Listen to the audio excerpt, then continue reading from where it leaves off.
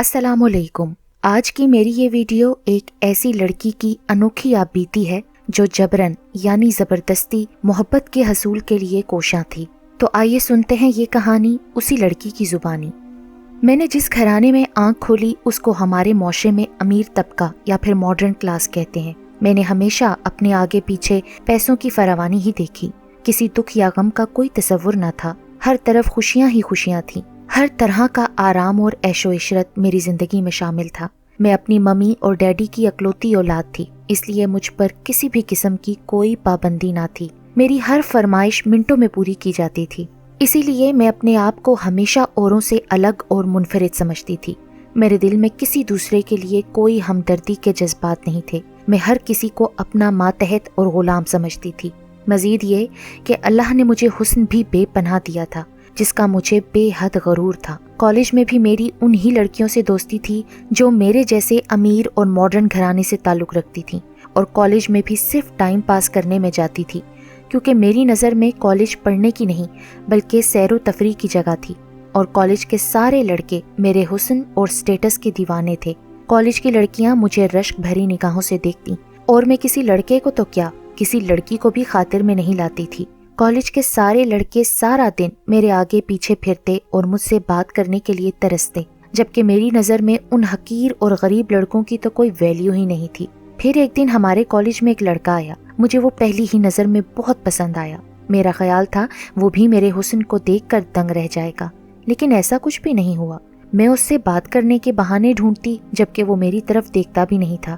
وہ میرے حسن سے بے نیاز اپنے آپ میں مگن رہتا تھا۔ مجھے اس کی اسی عادت نے دیوانہ بنا دیا، اور اس کو پانا اور حاصل کرنا میری زندگی کا مقصد بن گیا تھا۔ میں نے بہانے سے اس سے بات کرنے کی کوشش کی، لیکن وہ میری ہر بات کا جواب ہوں یا ہاں میں دیتا، اس کے علاوہ اس کے پاس کہنے کو اور کچھ نہ تھا۔ میں نے اپنی جانب سے اس کے بارے میں معلومات حاصل کی تو مجھے معلوم ہوا کہ ایک غریب گھرانے سے تعلق رکھنے والے اس لڑکے کا نام سکندر ہے۔ اس کا باپ احمد کسی چھوٹی سی کمپنی میں کلرک ہے۔ سکندر کی 2 چھوٹی بہنیں بھی ہیں۔ وہ کالج کے بعد شام کو بچوں کو ٹیوشن پڑھاتا ہے اور آج کل پارٹ ٹائم نوکری کی تلاش میں ہے۔ میں نے اس کی اسی کمزوری کا فائدہ اٹھاتے ہوئے اسے مالی طور پر فائدہ پہنچانے کے بارے میں سوچا۔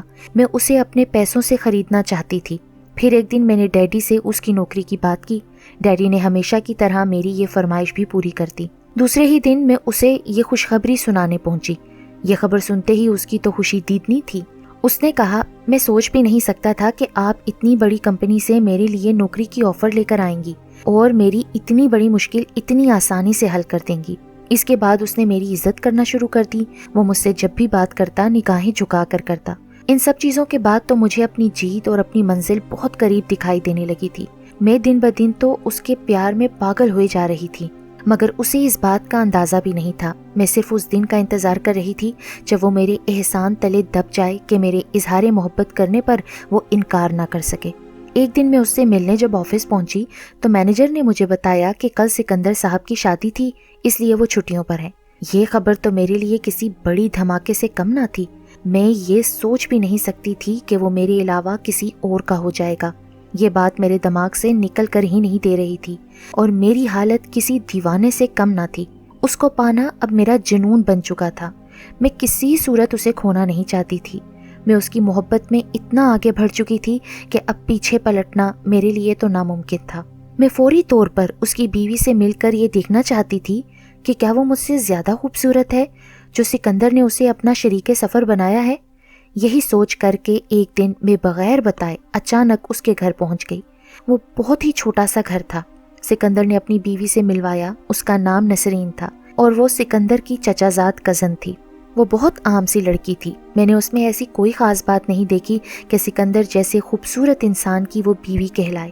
سکندر اور اس کی بیوی مجھ سے نہایت ہی محبت سے ملے، لیکن ان کے گھر میں میرا دم گھٹنے لگا۔ مجھے اس وقت نسرین سے بے انتہا نفرت محسوس ہو رہی تھی۔ شاید اسی لیے سکندر کے لاکھ روکنے پر بھی میں بغیر کچھ کھائے پیے اس کے گھر سے چلی آئی تھی۔ راستے بھر میں سکندر اور نسرین کے بارے میں سوچتی رہی۔ وہ دونوں جتنا میرے تصور میں آتے، میرے اندر نسرین کے لیے نفرت اتنی ہی بڑھتی جا رہی تھی۔ میں اسے سکندر کے ساتھ کسی صورت برداشت نہیں کر سکتی تھی۔ اسی دوران میری نظر اچانک سڑک پر لگے سائن بورڈ پر پڑی جس پر بڑے بڑے حروف میں درج تھا کہ آپ کے ہر مسئلے کا حل صرف میرے پاس ہے۔ میں نے وہیں گاڑی روک دی اور دروازے سے اندر داخل ہو گئی۔ اندر داخل ہوئی تو میں نے دیکھا کہ ایک بڑے سے کمرے کے کونے میں کالے کپڑوں میں ملبوس ایک عورت بیٹھی ہے جو شکل سے کافی ادھیڑ عمر لگ رہی تھی۔ اس کے گلے میں بہت سے رنگوں کی موتیوں کی مالائیں پڑی ہوئی تھیں۔ اس کے آگے پیچھے کافی لوگ جمع تھے۔ مجھے دیکھتے ہی اس عورت نے ہاتھ کے اشارے سے انہیں جانے کو کہا۔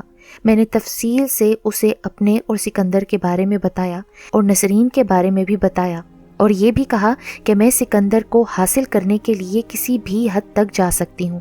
اس نے میری بات غور سے سنی اور دوسرے دن آنے کو کہا اور مجھے یقین دلایا کہ بہت جلد سکندر صرف تمہارا ہوگا۔ مجھے اس کی باتوں میں سچائی نظر آئی، اس لیے میں دوسرے دن کا وعدہ کر کے چلی آئی۔ پتہ نہیں کیوں مجھے اس سے بات کر کے یقین ہو چلا تھا کہ سکندر اب صرف میرا ہونے والا ہے۔ اس رات مجھے سکون سے نیند آئی تھی۔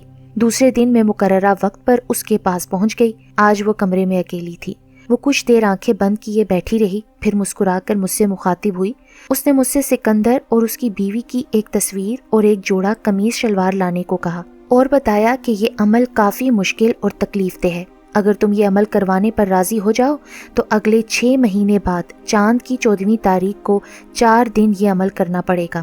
اس کے لیے ہمیں شہر سے دور ایک ویران علاقے میں جانا ہوگا۔ اس عمل کو کرنے کی قیمت 1 لاکھ روپے ہوگی، لیکن اس عمل کے بعد سکندر کی زندگی صرف تمہارے لیے ہوگی۔ اگر تمہیں منظور ہو تو اگلی بار اپنے ساتھ پیسے لیتی آنا۔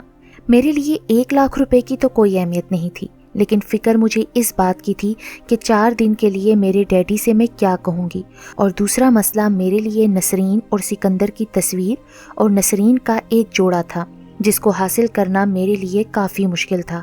اسی لیے اس وقت میں خاموشی سے اس کی بات سن کر لوٹ آئی تھی۔ میری سمجھ میں نہیں آ رہا تھا کہ مجھے کیا کرنا چاہیے، اسی لیے میں اس عورت کے پاس دوبارہ واپس نہیں گئی، لیکن سکندر کو بھلانا میرے لیے ناممکن تھا۔ اپنی ہار کا سوچ کر اسے پانے کی تمنا میرے دل میں بڑھتی ہی جا رہی تھی۔ اس کی یاد تو میرے ذہن سے چپک کر ہی رہ گئی تھی۔ میں محسوس کر رہی تھی کہ وقت کے ساتھ ساتھ میری دیوانگی میں بھی اضافہ ہوتا جا رہا ہے۔ خیر، وقت کو گزرنا ہوتا ہے اور وہ گزرتا گیا۔ پھر 1 سال بعد ایک خبر نے میرے اندر ایک آگ سی بھڑکا دی کہ نسرین نے ایک بیٹی کو جنم دیا ہے۔ اب تو میں جلد از جلد نسرین کو سکندر کی زندگی سے نکال کر دور پھینکنا چاہتی تھی۔ میں اس کی بیٹی کی پیدائش کی مبارکباد دینے کے بہانے ان کے گھر گئی، ان سے شادی کی تصویریں دیکھنے کی فرمائش کی تو سکندر فوراً اپنی شادی کا البم نکال کر لے آیا۔ میں نے تصاویر دیکھتے ہوئے بڑی چالاکی سے ان کی ایک تصویر نکال لی۔ پھر میں نے سکندر سے کہا کہ میں نسرین کے لیے اپنے درزی سے ایک سوٹ سلوا کر دینا چاہتی ہوں، اگر ہو سکے تو نسرین کا ایک سوٹ ناپ کے لیے دے دو۔ پہلے تو سکندر منع کرتا رہا، لیکن پھر میری ضد کے آگے وہ ہار مان گیا اور اس نے مجھے نسرین کا ایک سوٹ دے دیا۔ ان چیزوں کو لے کر میں فوراً اس عامل عورت کے پاس پہنچی۔ وہ مجھے دیکھ کر سمجھ گئی کہ میں کس لیے آئی ہوں۔ مجھے کہنے لگی، میں تو سمجھی تھی تم نے اپنا ارادہ تبدیل کر لیا ہے، کیونکہ اس بات کو کیے ہوئے تو 1 سال گزر گیا ہے۔ میں نے اس سے کہا کہ تم جتنی جلد ہو سکے میرا یہ کام کر دو، میں نسرین کو اور برداشت نہیں کر سکتی۔ میری بات سن کر اس نے دوسرے دن 8 بجے کا وقت دیا تھا۔ وہ رات میں نے کروٹیں لیتے ہوئے گزاری۔ دوسرے دن میں ڈیڈی سے اپنی دوست کی شادی میں شرکت کا بہانہ کر کے اس عورت کے پاس پہنچ گئی۔ پیسے وصول کرنے کے بعد اس نے کچھ سامان اکٹھا کیا اور ہم 2 آدمیوں کے ساتھ رات کو ہی روانہ ہو گئے۔ آبادی سے کافی دور آنے کے بعد اس نے گاڑی روکنے کا اشارہ کیا۔ وہاں قریب ہی ایک جھونپڑی بنی ہوئی تھی، شاید اس نے پہلے سے ہی سارا انتظام کر رکھا تھا۔ پھر وہ دونوں آدمی کہیں چلے گئے اور ہم دونوں جھونپڑی میں داخل ہو گئے۔ جھونپڑی میں پہلے سے ہی مختصر سا سامان موجود تھا، جیسے چادر، مٹکا اور لالٹین۔ ان چیزوں کو دیکھ کر یہ اندازہ ہو رہا تھا جیسے پہلے یہاں کوئی رہتا ہو۔ اس نے 12 بجے کے قریب آنکھیں بند کر کے عمل پڑھنا شروع کر دیا۔ صبح 4 بجے تک وہ جانے کیا کیا پڑھتی رہی تھی۔ اس کے بعد اس نے ایک نوکیلا خنجر نکال کر اس تصویر کو جو اسے میں نے دی تھی بیچ سے کاٹ دیا، اور پھر ہم دونوں جھونپڑی میں ہی سو گئے۔ اگلے روز کافی دن چڑھنے کے بعد اٹھے تو وہی آدمی جو رات ہمارے ساتھ یہاں آئے تھے ہمارے لیے ناشتہ لیے موجود تھے۔ اس عورت نے سارا دن کوئی پڑھائی نہیں کی تھی۔ میرا سارا دن یوں ہی بیٹھے بیٹھے بور گزر رہا تھا۔ آج دوسری رات بھی اس نے 12 بجے اپنا عمل شروع کر دیا اور نسرین کے کپڑوں پر کچھ پڑھ پڑھ کر پھونکتی رہی۔ صبح 4 بجے عمل ختم کر کے ہم پھر سو گئے۔ ہمارے عمل کی تیسری رات تھی۔ اس نے اسی خنجر پر کچھ پڑھ کر پھونکا اور اس خنجر کی نوک میری انگلی میں گھونپ دی۔ میرے حلق سے تو تکلیف کے باعث ایک زبردست چیخ نکلی۔ میری انگلی سے گرتا ہوا خون وہ ایک پیالے میں جمع کرتی رہی۔ جب پیالہ بھر گیا تب اس نے میری انگلی پر ایک کپڑا باندھ دیا، پھر اس نے نسرین کی قمیض میرے خون میں بھگو دی۔ 4 بجے عمل ختم کرنے کے بعد اس عورت نے خوشخبری سنائی کہ ہمارا عمل 3 دن میں ہی کامیاب ہو گیا ہے، ہمیں ابھی واپس جانا ہوگا اور اس قمیض کو کسی بھی قبر میں دفنانا ہوگا۔ اب سکندر صرف اور صرف تمہارا ہے۔ ہم 5 بجے کے قریب اس جگہ سے نکلے اور ایک قبرستان پہنچ کر نسرین کی قمیض ایک قبر میں دفنا کر ہم واپس آ گئے تھے۔ مجھے ایسا محسوس ہو رہا تھا جیسے آج میری زندگی کی سب سے بڑی جیت ہوئی ہو۔ مجھے ساری دنیا آج اپنے قبضے میں محسوس ہوتی دکھائی دے رہی تھی۔ کافی دیر پرسکون نیند لینے کے بعد میں بہت تر و تازہ اٹھی تھی اور تیار ہو کر سکندر کے آفس پہنچی۔